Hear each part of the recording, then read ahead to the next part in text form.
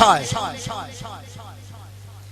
امت میں شامل آقا کے صحابہ رضوان اللہ اجمعین سب ہیں، تابعین سب ہیں، تبع تابعین سب ہیں، حضور کے امتی کی اولیاء سب ہیں، قیامت تک آنے والا ایک ایک امتی شامل ہے جس سے اللہ نے فرمایا تم سب رجس سے بچو۔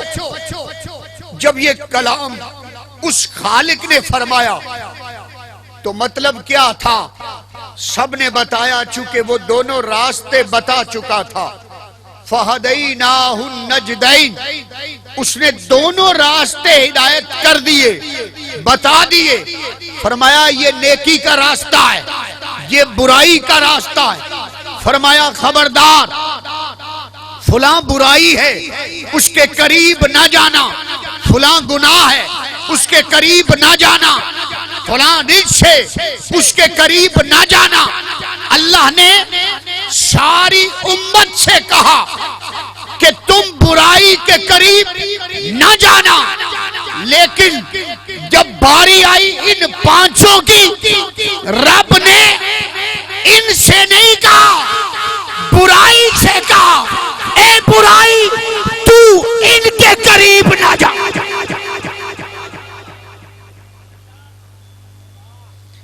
بابا رب نے ان سے نہیں کہا کہ تم برائی کے قریب نہ جانا، لِيُذْهِبَ عَنْكُمْ کا وعدہ کر کے کہا اے برائی خبردار تو ان کے قریب نہ جانا۔ اب سمجھ آ گئی کہ رب نے انہیں کیا فضیلت عطا فرمائی۔ باقی بھی قیامت تک آقا کے امتی آتے رہیں گے، لیکن پنجتن کے گھرانے پہ جو اللہ نے کرم کر دیا، ان سے رجس کو دور کر دیا۔ اب محبت کی زبان میں اگر کہوں تو دوستو قیامت تک جو ان کے قریب ہوتا جائے گا، جو ان کے قریب رہے گا، جو ان کی بارگاہ میں بیٹھا کرے گا، جو ان کے پاس رہے گا، جو آل محمد صلی اللہ علیہ وآلہ وسلم سے تعلق رکھے گا، اسے سمجھ جانا چاہیے کہ اللہ نے ان سے رجس کو دور کیا ہے۔ اب کیا مطلب ہے؟ جو ان کے قریب رہے گا وہ ناپاکی سے بچتا رہے گا، رجس سے بچتا رہے گا۔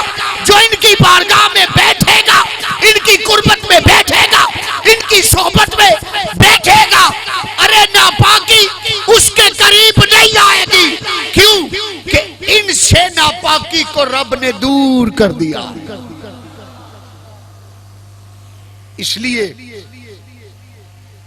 دوستو جب ہم ان کی فضیلت کے اس معیار کو دیکھتے ہیں تو پھر خالق کائنات کی بارگاہ کی طرف تکتے ہیں، یا اللہ یہ اہتمام تیرے ہیں، یہ کرم تیرا ہے، یہ فضیلت عطا کرنے والی تیری ذات ہے کہ تو نے پنجتن کے گھرانے پہ ایسا کرم کیا ہے کہ باقی ساری امت کو ایک طرف رکھا اور پنجتن کے گھرانے کو ایک طرف رکھا۔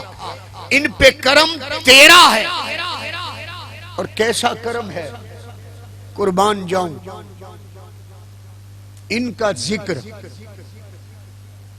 اس انداز میں رب نے بیان کیا کہ اپنے حبیب سے فرمایا سورہ شورى میں، قل لا اسألکم علیہ اجرا الا المودۃ فی القربى۔ حبیب اعلان کر دے کہ میں تم سے اس تبلیغ رسالت کے صلہ کے طور پر کسی اجر کا خواہاں نہیں ہوں۔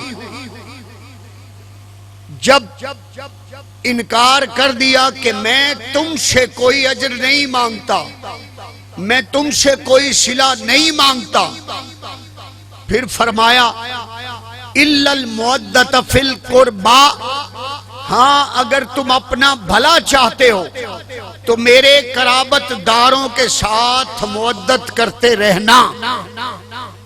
اب مودت کن کے ساتھ؟ آپ نے یا میں نے نہیں پوچھا، پچھلی صدی نے نہیں پوچھا، اس سے پچھلی صدی نے نہیں پوچھا، 1400 سال پہلے آقا صلی اللہ علیہ وآلہ وسلم کی بارگاہ میں بیٹھنے والے صحابہ کرام رضوان اللہ اجمعین نے پوچھا،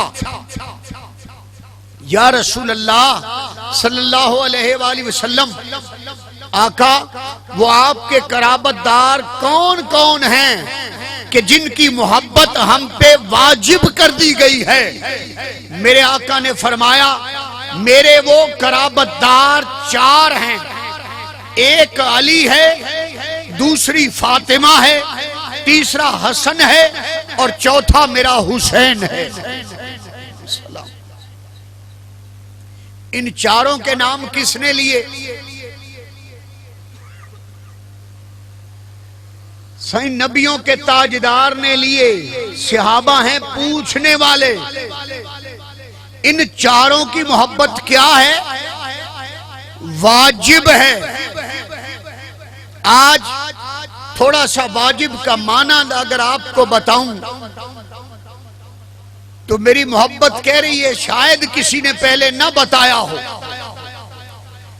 لیکن یاد رکھیے جو لوگ صرف ماہ محرم میں اہل بیت کو یاد کرتے ہیں، جو 10 دن یاد کرتے ہیں، جو 40 دن یاد کرتے ہیں، یا جو سالانہ 1-2 جلسوں میں یاد کرتے ہیں، آج آپ کو بتانے آیا ہوں دوستو، آج تم بھی سجدہ سہو کر لو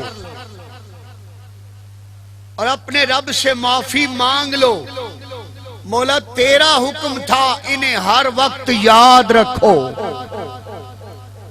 ہم نے سالانہ جلسے میں یاد کیا۔ دیکھو سادہ سی بات ہے، نماز میں اگر واجب رہ جائے تو کیا کرتے ہیں؟ صحیح واجب رہ جائے تو کیا کرتے ہیں؟ سجدہ سہو کا مطلب کیا ہوتا ہے؟ آپ کہتے ہیں یا اللہ میرا ایک واجب رہ گیا، یہ سب کچھ سہون ہوا ہے، قصدن نہیں ہوا۔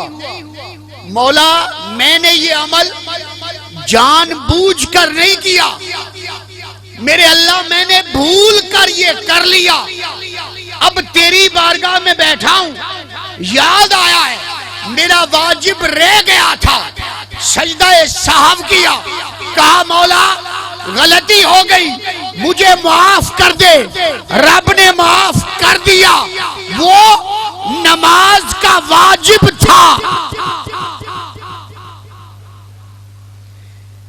اہل بیت کی محبت کیسی واجب ہے؟ کہاں ماں باپ سے محبت کر یا نہ کر، کہ سگا باپ بھی سائیں سرٹیفکیٹ دے دیتا ہے، اخبار میں لکھ دیتا ہے میں نے اس کو آق کر دیا ہے، اب اس کا میرے ساتھ تعلق نہیں، میرا اس کے ساتھ تعلق نہیں، سگی اولاد کو گھر سے نکال دیا جاتا ہے۔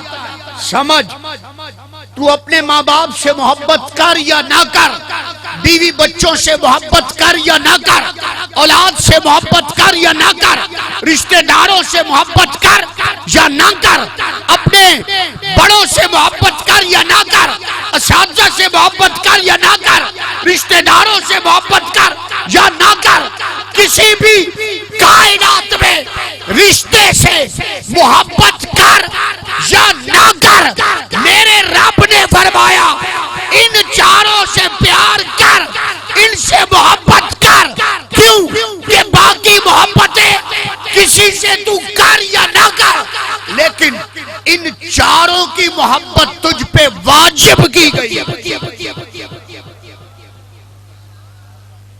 کیا کی گئی؟ واجب کی گئی۔ اب واجب کا مطلب کیا ہے؟ میں نے کہا آج آپ سب اللہ سے معافی مانگے، مولا ہم نے ہر وقت انہیں یاد رکھنا تھا۔ کیوں؟ اس لیے کہ رب نے ان کے لیے محبت کا لفظ نہیں استعمال کیا۔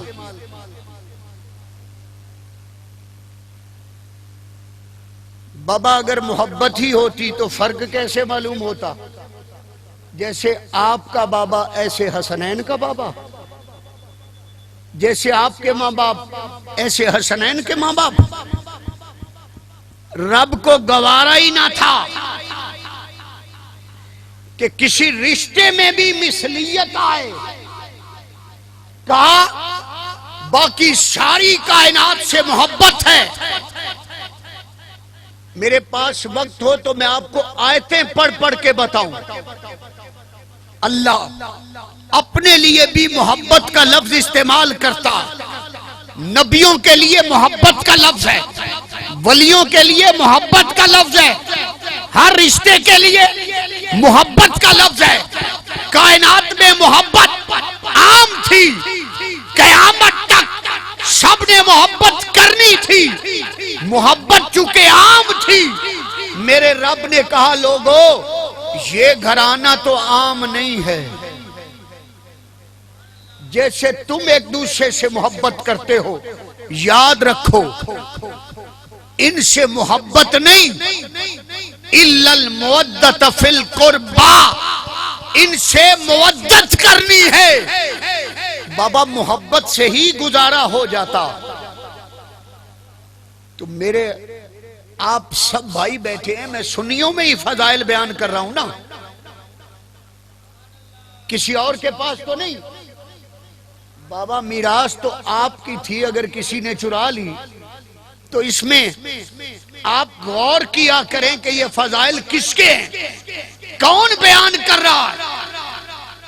خالق نے اگر محبت سے گزارا ہو جاتا تو بھائی خالق نے ان کے لیے محبت کا لفظ کیوں نہیں لکھا؟ اس نے یہ کیوں نہیں فرمایا الا المحبت فی القربى،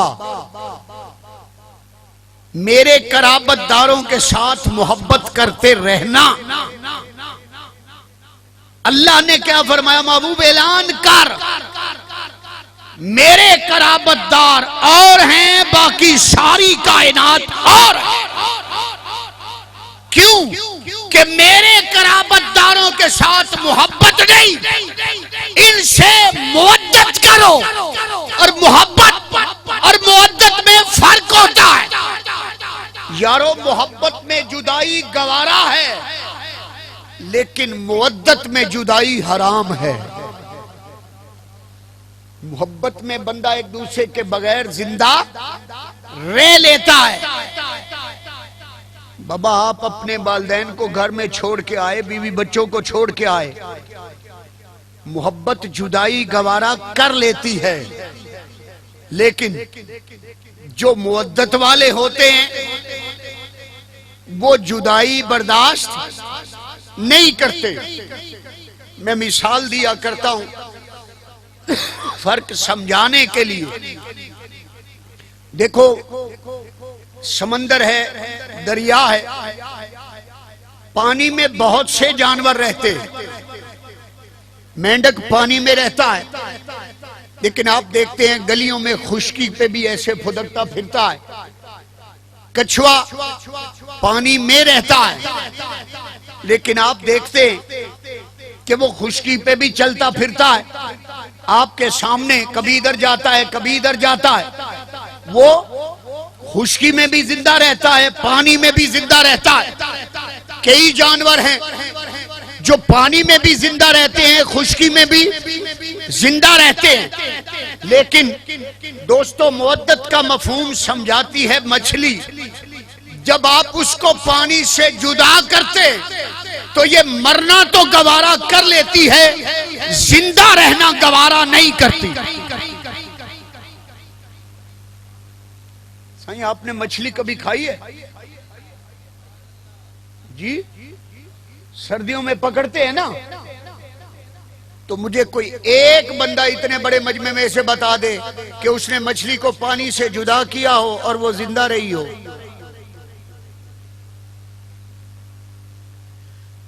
اچھا نہیں سمجھ آئی تو اگلی بات سے آ جائے گی.